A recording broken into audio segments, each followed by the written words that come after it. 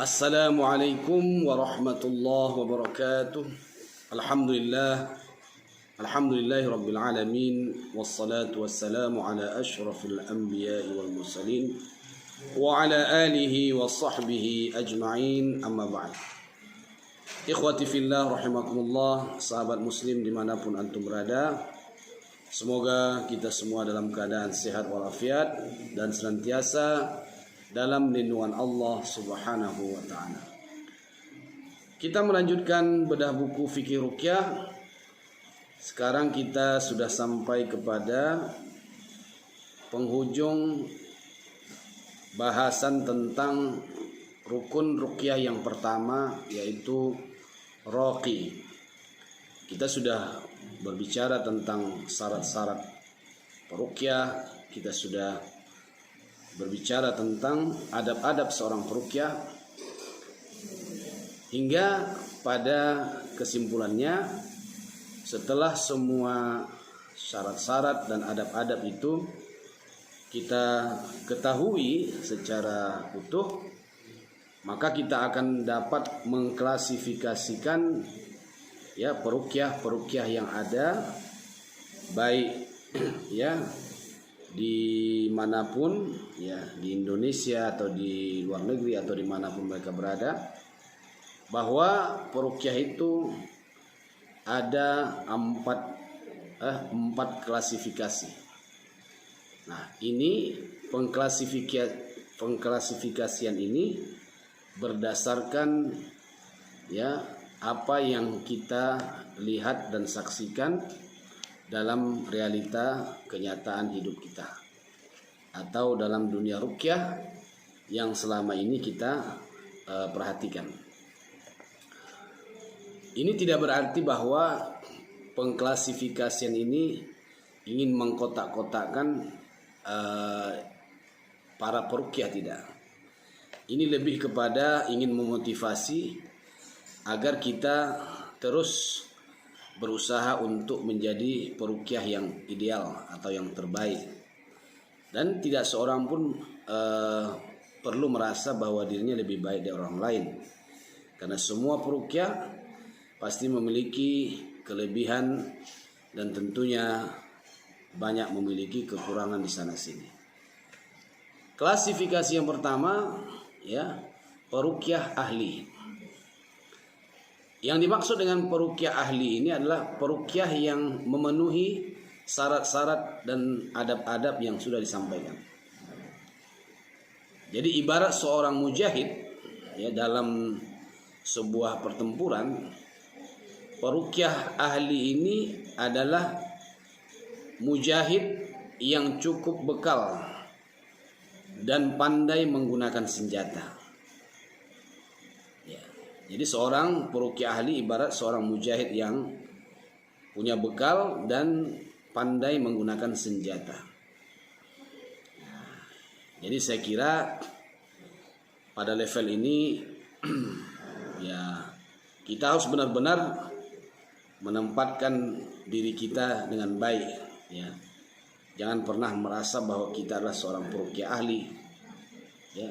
Seorang peruqyah juga seperti yang sudah disebutkan, di antara adab seorang peruqyah adalah tawadhu, merendahkan diri, merasa merendah hati, bukan merendah diri. Dia tidak boleh merasa dialah yang paling hebat, dia yang paling tinggi, dia yang paling mengetahui, dia yang paling ahli dan sebagainya. Jadi pengklasifikasian peruqyah dengan sebutan peruqyah ahli itu bermaksud adalah ingin memotivasi diri kita masing-masing sebagai seorang peruqyah.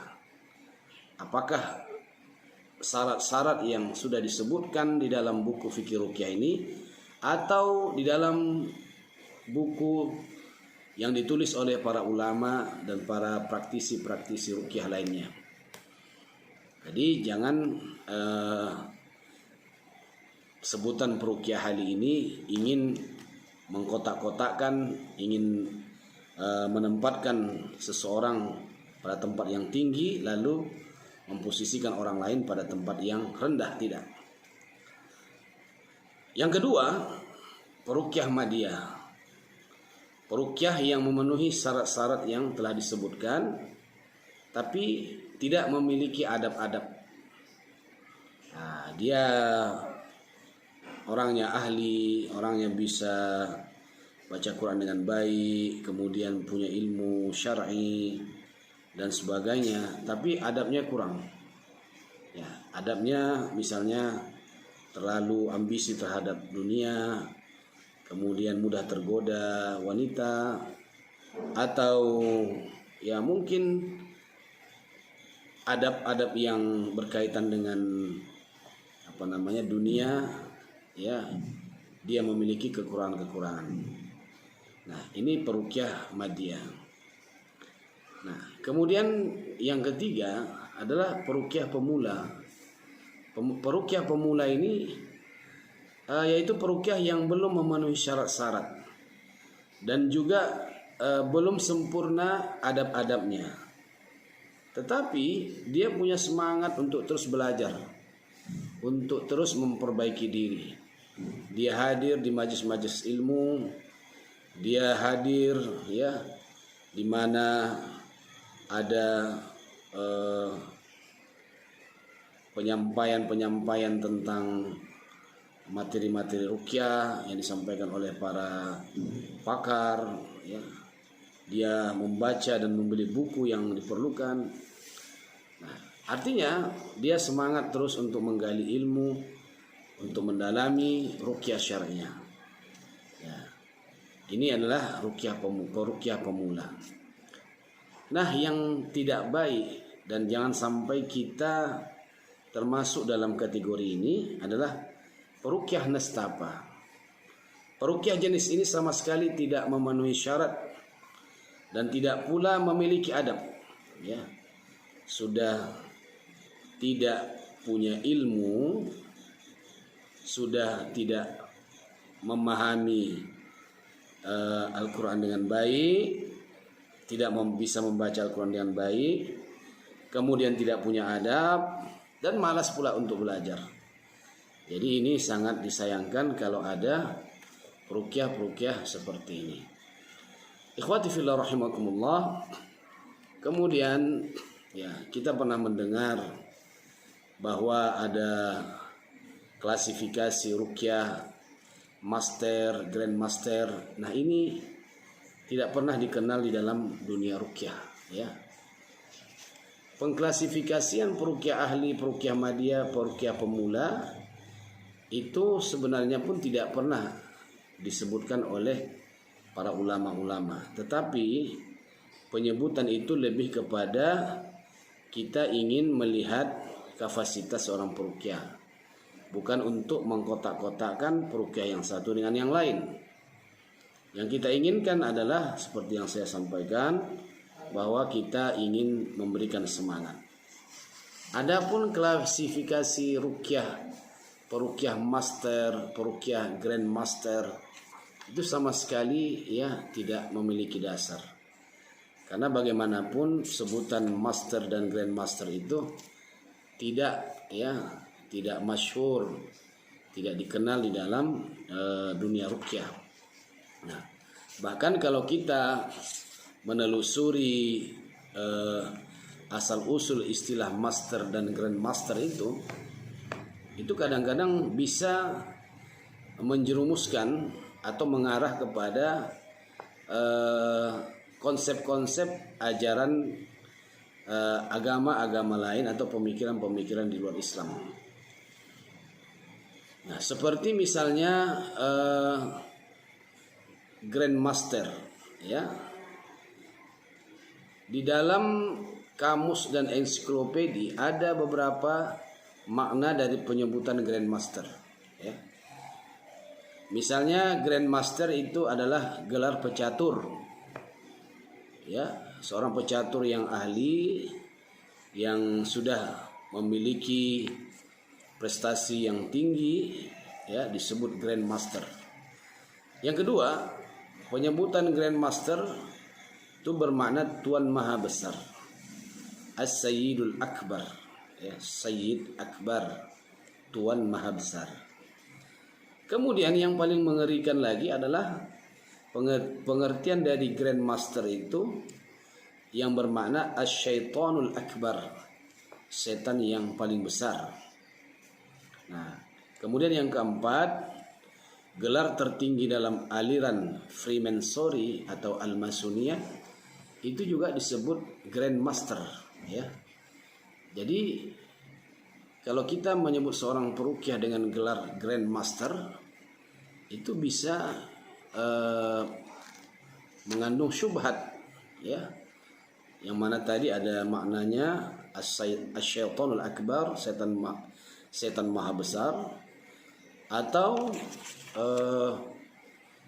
apa tadi, gelar tertinggi dalam aliran Freemasonry, yaitu merupakan salah satu gerakan Yahudi, ya, yang sangat kita perlu waspadai.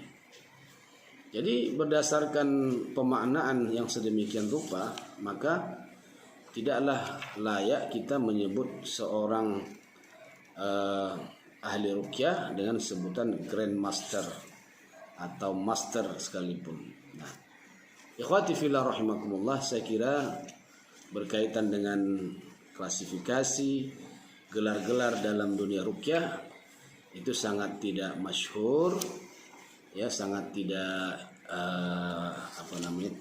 sangat tidak umum dibicarakan. Tetapi yang kita ingin sampaikan di sini adalah bahwa secara realita kenyataan dalam dunia ruqyah memang ada klasifikasi seperti itu, walaupun kita tidak boleh menyebut si fulan itu berada di level ini, ya, kemudian peruqyah yang lain berada pada level ini, tidak. Bahkan kita juga tidak etis untuk membuat level-level, ya, di kalangan peruqyah. Yang paling penting adalah bagaimana kita sebagai peruqyah terus, ya, mempelajari, mendalami dunia ruqyah agar kita betul-betul dapat menjadi seorang peruqyah yang mampu memberikan pertolongan secara maksimal kepada orang-orang yang membutuhkan tenaga kita atau jasa kita. Ya, itulah semangat yang ingin kita capai sebagaimana yang dianjurkan oleh Rasulullah.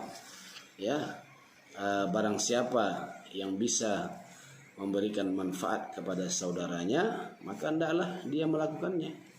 Man istata'a minkum ay yanfa'a akhahu falyaf'al. Atau kama qala Rasulullah sallallahu alaihi wasallam, siapa di antara kalian yang mampu memberikan manfaat kepada saudaranya, maka lakukan. Nah, ucapan Rasulullah ini ya dalam konteks ruqyah. Ya, walaupun secara pengertian, secara makna itu bisa bersifat umum, tapi hadis ini berbicara tentang ruqyah. Nah, jadi adanya klasifikasi ruqyah yang seperti disebutkan tidak bermaksud untuk mengkotak-kotakkan para peruqyah atau ya menempatkan seseorang pada posisi atau level tertentu, tidak. Jadi ini sekali lagi saya sampaikan hanya untuk memberikan semangat kepada kita agar kita meningkatkan kapasitas kita sebagai seorang peruqyah. Mudah-mudahan bermanfaat. Wassalamualaikum warahmatullahi wabarakatuh.